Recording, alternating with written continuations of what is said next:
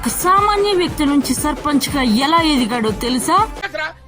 ప్రదేశ్ కి చెందిన హసూది హసన్పూర్ లో ఉన్న దిలీప్ కుమార్ త్రిపాఠి లక్నోలో చదువుకుని ఢిల్లీలో మంచి ఉద్యోగం సంపాదించారు. కానీ హసూదీలో సరైన రవాణా, వైద్య సదుపాయాలు లేక పంటలు పండక ఊరి జనం ఎన్నో ఇబ్బందులు ఎదుర్కొంటున్నారని తెలిసి ఉద్యోగానికి రాజీనామా చేశారు.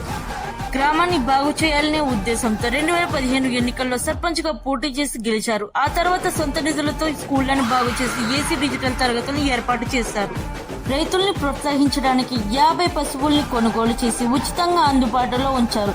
తనకున్న 2 ఎకరాల్లో ఒక హాస్పిటల్ ని కట్టించి వైద్య రంగంలో అభివృద్ధి చేయించారు. తన గ్రామంలో విద్యార్థులకు మెరుగైన విద్య అందించాలనే ఉద్దేశంతో ఢిల్లీలో ఉన్న స్టార్టప్ సాయంతో స్కూల్లో స్పేస్ ల్యాబ్ ని ఏర్పాటు చేయించారు. దిలీప్ స్ఫూర్తితో ఇప్పుడు ఉత్తరప్రదేశ్ లో ఆధునిక సౌకర్యాలున్న పలు స్కూళ్లలో ఈ ల్యాబ్లను ఏర్పాటు చేస్తుంది ప్రభుత్వం.